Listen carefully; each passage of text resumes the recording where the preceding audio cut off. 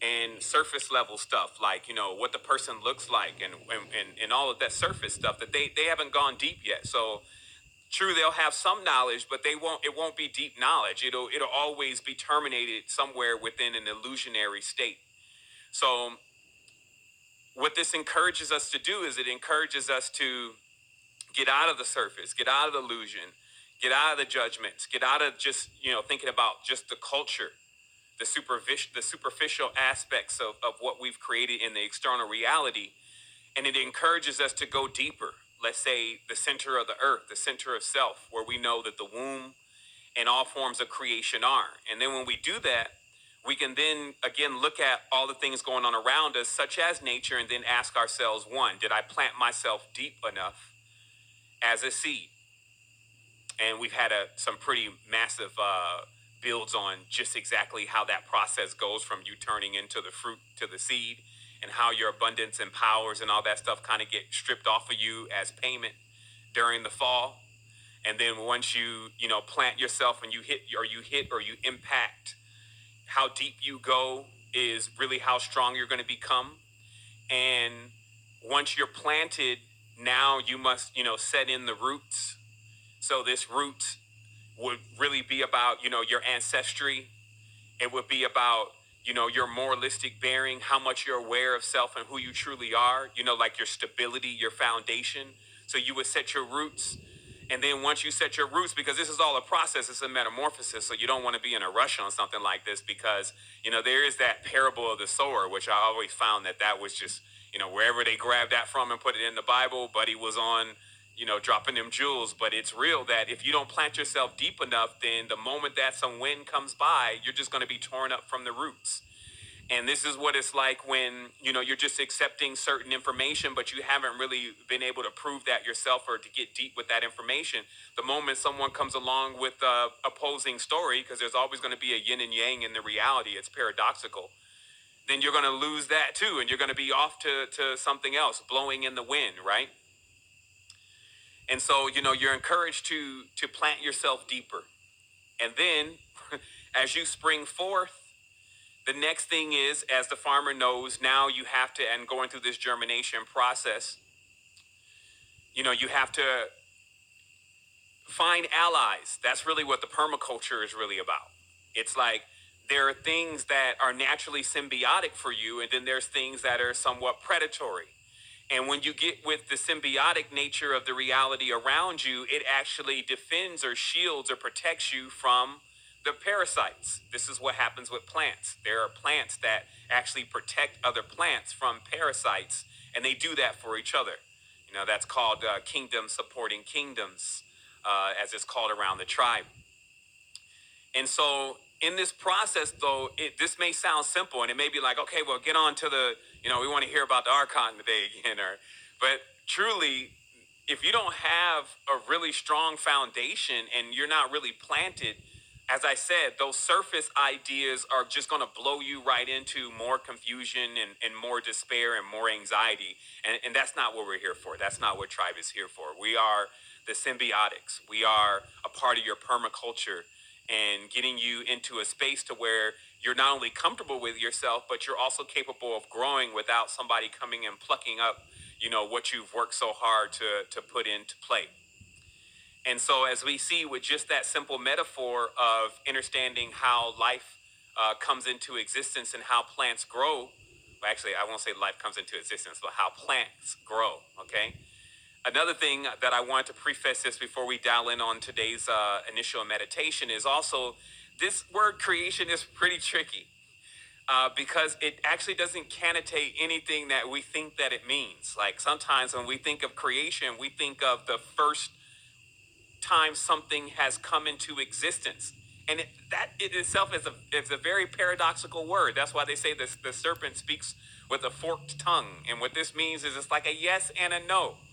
And this is because if we overdefine the word creation, we miss entirely our power and who we are and what we're really about and what we can be and what we've always been. And this is how, because when we say creation, we're talking about like on this side of things, which is the world of division, as we know, we've talked about this. The first time something starts in the world of division, that is called creation. But this also gets confused for like the first time things started forever, ever in infinity. And that doesn't exist.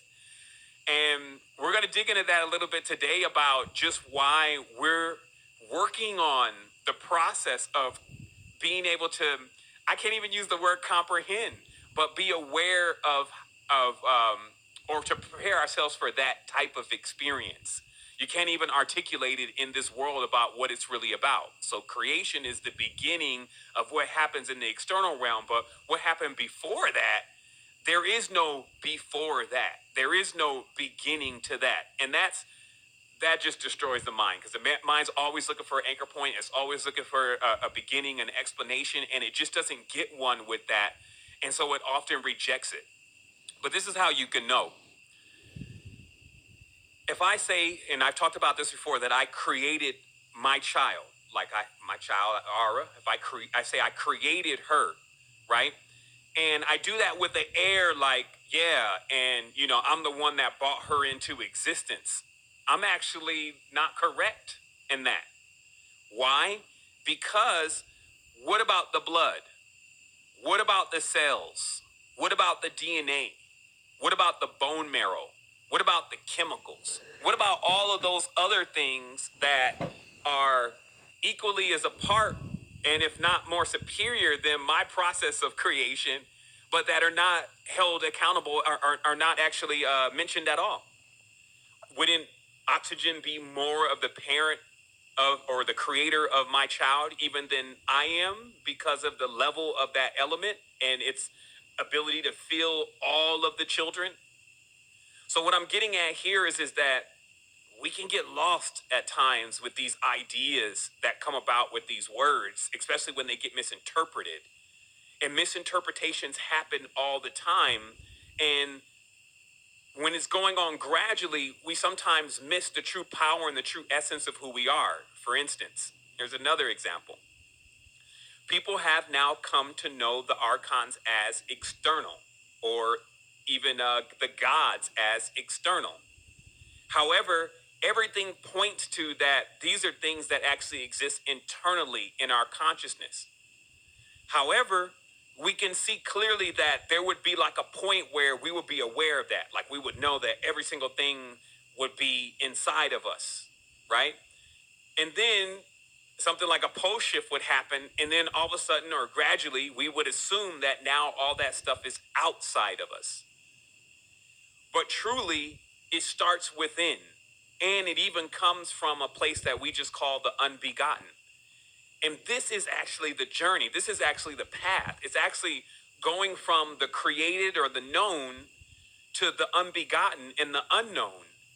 And this is why it takes a lot of trust in oneself, not trust in things externally. Because as you're going through the process of figuring out and being aware and feeling into how to let go of ID,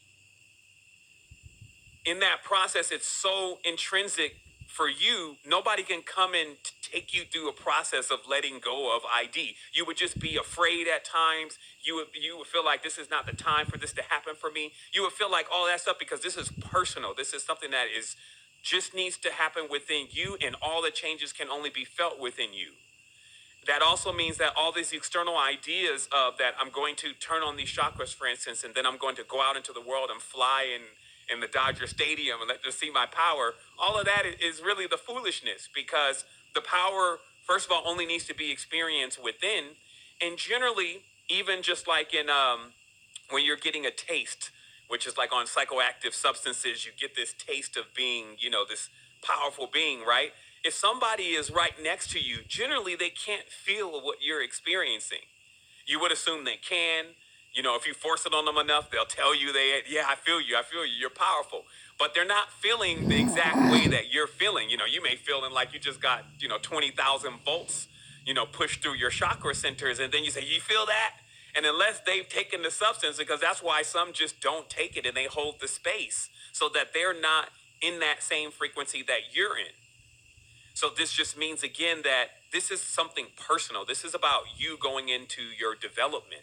And that's why the meditations and the clearing the space is so important for you to do. Because then what happens is like you put the one before the zero. And we've talked about this before. It's like you kind of get started on the wrong foot, even though things are still based on these two different integers at times, good, bad, and then one floating point, which is neutral.